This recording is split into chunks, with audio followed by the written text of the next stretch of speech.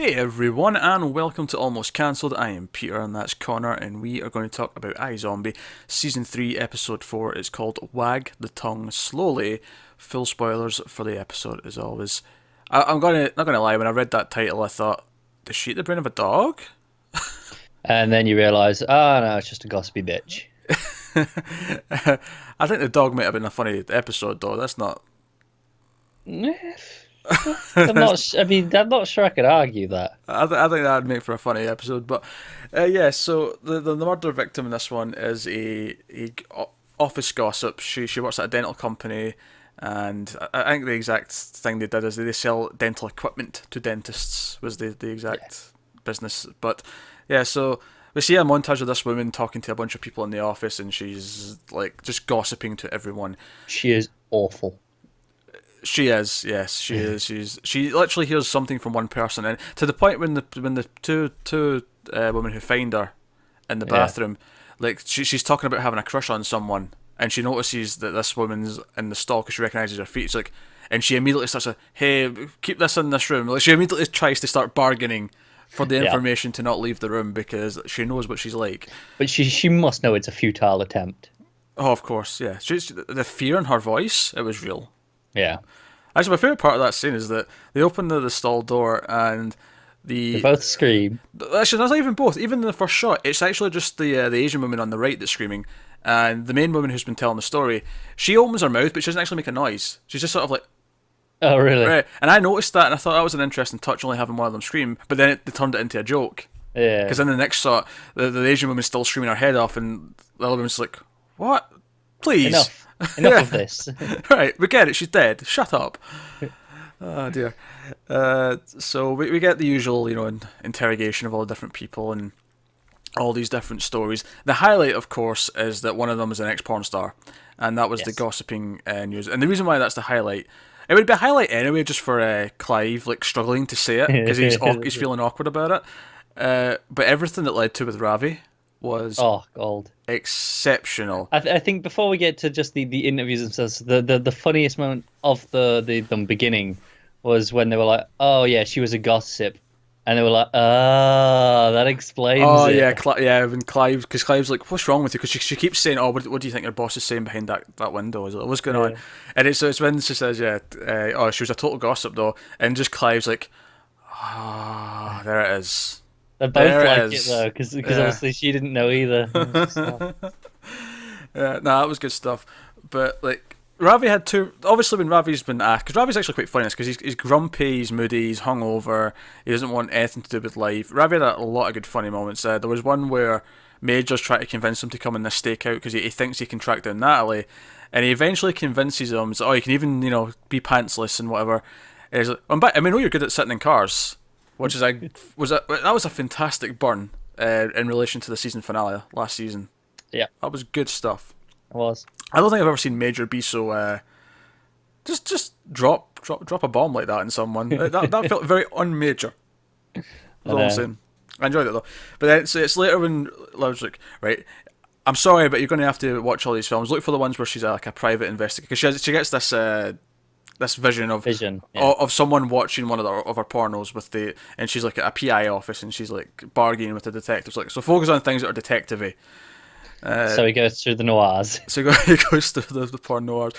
But what I love is he cracks a joke about I'm sure this one's in the Criterion Hardcore Collection.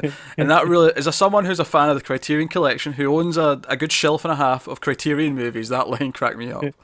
It was all the titles. 'Cause I think that one he was specifically referring to. I think was Bone Her. Yes.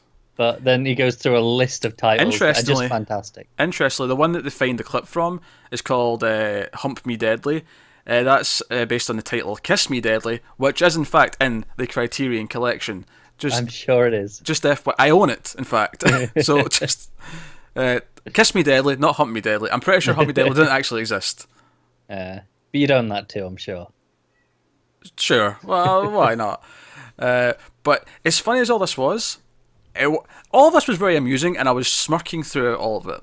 But the moment that came that made me laugh out loud is when they bring the porn star back in for the interview, I know what and you mean. Ravi walks past the window with a magazine just so he can look in at her. It's because obviously he's asked Clive, like, would it be inappropriate for me to get an autograph? Which is funny enough in itself. And then when this happens, Clive's telling the story of, I've got it figured out. This is what's happened, and it Yeah. just pauses in the middle of it, And you and notice he's all just cuts out, and you just watch Ravi walk past the window really slowly. it's really slow. It's so good. Yeah, actually, Joe was really funny as well. Is even the moment in that previous scene where he's asking if it's inappropriate to get an autograph, and he's like, "Oh, I'm the biggest fan," and all that. It was when Liv apologizes for making him watch all those movies. I just started like, "Liv, shut up." He was like, I think of worse ways to spend my night. He's like, nope, I take this seriously. Truth and justice. I shall do it for the good of mankind. Let me at it. Just specifically one mankind. Yeah, well, sure. But that was the murder plot of the episode. It was a really fun one, and the case itself was okay. But it was all these character things that came out of it that were really funny.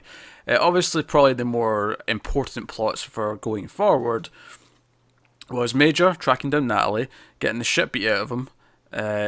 Ravi again, not going for it. I was like, Ravi, tackle him 2-on-1. You can do it. Do it, Ravi. But Ravi, of course, is. No, he was a bit out of it. He was a bit out of it, to be fair. He had just woken up. But Major gets to Natalie, and like because he's getting sicker and sicker, Ravi's made a point of giving him the syringe with the cure, which you'll lose your memories, but if you're about to die, take it, and we can figure out the rest later. And he gives this to Natalie because he finds Natalie. He gives it to her, and she's like, "No, you need to run away. You need to go away." But she's like, "Take this." But the catch is that you lose all your memories. But obviously he's doing this, and he's about to ship off with Fillmore Graves. We see him with his troops at his last scene in the episode. Yeah. So he's in a real pickle right now. If something happens while he's away, he's done for. Yeah. He's taking a big risk by giving her. Which really feels like they're going to at least play it up for a bit the next episode. Possibly, yeah. I can see stuff happening and going down where he's in trouble, and I don't know. Maybe he's told because he's got that one buddy now. Maybe he's told his buddy that. Well, yeah, because obviously he has the inhaler, and he does look at him in the end like he knows what's going on at least. Yeah. So it's the others are, at least him, if not the rest of them, they're all aware of the situation at least. Yeah. So obviously that was a big thing in the episode, and it was sort of playing up to Major's sort of big heart, where he's willing to like risk himself to give her the chance of the cure, because she's essentially a sex slave at this point. Yeah, this mob boss won't let her go anywhere. He'll kill anyone who comes near her. It's very, very like shady stuff. So he's trying to be a bit of a hero. So it's endearing, at least, because I think go back to season 1, Major was kind of a light character, where he felt kind of simple. Yeah, and I feel like he's grown enough now where, like, I'm rooting for him. Yeah, I think that whole big heart thing has kind of always been his shtick. Like that was all he had though for quite a while. I think that whole thing where he's been forced to kill zombies, when he was forced to be this guy, it helped because it gave him this depth where he had to try and still have the big heart whilst doing all this awful stuff, and it gave you this dimension to it rather than it being just played straight. Yeah. And it's led to this stuff, so that's good. Now, of course, the other plot is, of course, Blaine is taking this cure for the memory loss. He's already got the cure for the zombie. He's a human, but he's got no memory. And this is he take the cure at the end of the last episode. Ravi tells him he's got until if nothing happens, it could happen at any time, but if nothing happens by Saturday morning, it's probably not working. You're done. And he's like, oh, someone should probably stay around you in case you turn into a murderous fool or you start to die. And Peyton, of course, volunteers to be around him. And there was this kind of almost sweet thing where she's like, all right, if I've only got 3 days left with them, I'm going to spend it with them. They're going to hang out. They're going to do this and that. And then the night before, they almost have sex, and Blaine says no, because if I wake up tomorrow and I'm the awful guy, you're going to hate yourself, and so on. He wakes up the next morning, he's fine, and she's happy. They hold hands. They seemingly go to have sex because she's happy. Because even though she wanted her friends to have the cure and have their memories, she's happy she's got Blaine. She's really attracted to that version of Blaine. And now is the point I am most convinced that he's faking it. That last couple of minutes, him saying that he'll put it off, and then the morning when they woke up is the exact moment where I went, he is faking it. And this is how we're going to find out. Natalie's going to take that cure, and Natalie's not going to lose her memory. Yeah. This whole thing's been a ruse. I'm calling it now. Yeah, this is Blaine. He's being evil, And Peyton is going to feel like such a fool Yep. when it all comes down to it. It is, his day's coming. Yep. See, up till now I've been like, is he? Isn't he? You know, but as soon as it got to this end bit, I was like, he's faking it. It was He actually. just is. I got a scent of it when Natalie was given the cure. I thought, that'd be a good way to reveal it if she takes this and she doesn't forget anything. Yeah. But then, and then that whole thing where he's like this perfect guy now. He's like, no, I don't want to do that because you'll hate yourself in the morning. And it felt like such a ruse. I almost, as she was taking his hand and leading him to the bedroom at the end of that scene, I almost expected him to turn around and wink at the camera like, hey. my plan has worked. No, I know what you mean. It really did feel. Can I just say, I've heard of his last week. I love his new job as the pianist singer, and that Liv went and just went over and watched him and then heckled him to do Freebird over and over again. I love that. Yeah. Well, was that based on what her brain was last week? What was her brain last week again? She was the Zen one. She was a Zen one, yeah. Oh, I'm scared. I'm kind of mixed. Yeah, I guess. I can buy a Zen person's into some Leonard Skinner. Yeah. Certainly got the whole long hair thing going and the hippie feel. That said, it's just a great song anyway. So yeah, I believe Freebird's a pretty good song, but yeah, no, that's pretty good. So no, I am convinced that Blaine is faking, and it's going to be the greatest haha, it was me all along, Austin moment ever. Which you don't get that reference because you don't watch wrestling, but for the wrestling fans, they know what I mean by that. And secondly, it's going to put Peyton through this ringer, and I can almost see Ravi when he finds out wanting to be like, I told you so, but I can see him finally doing the right thing, reacting the right way. This will be what snaps him out of it. Yeah, and he'll react properly and be there for her and like try and comfort the fact that she's been taken advantage of, that she has been fooled, she has been tricked. Yeah. And so on. And then he'll be like, right, Major, I'm stabbing you right now.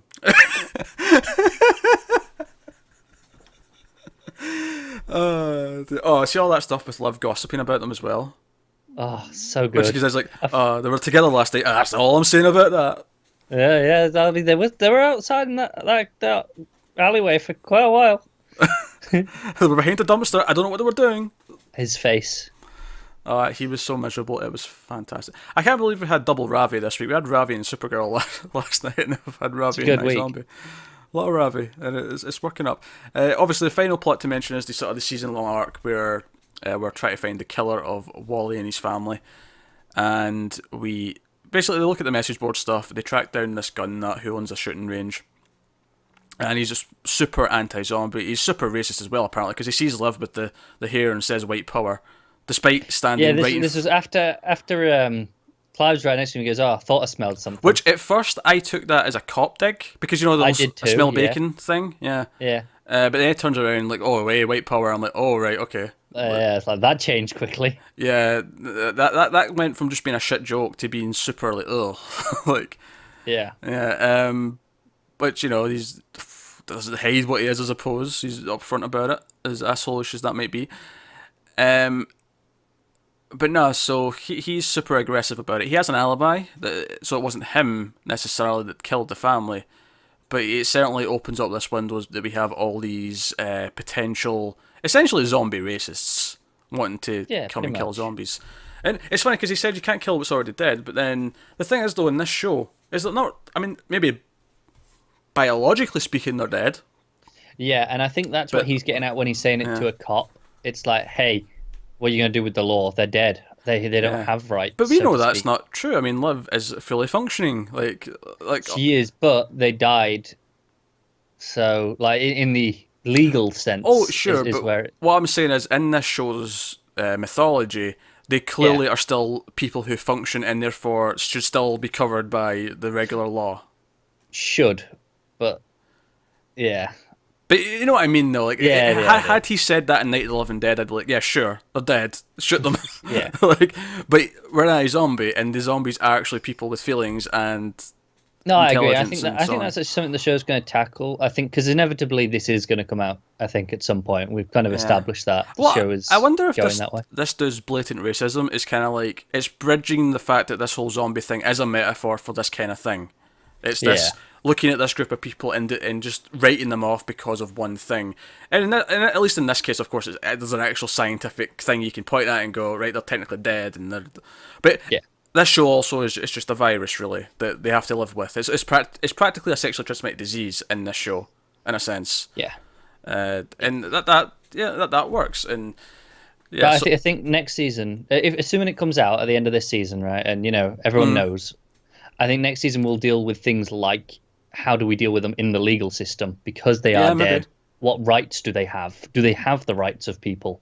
I think maybe that's what this guy was getting at when he says it to, because he's saying it to a police. It's like, okay, what are you gonna do? You can't, even if I did kill him.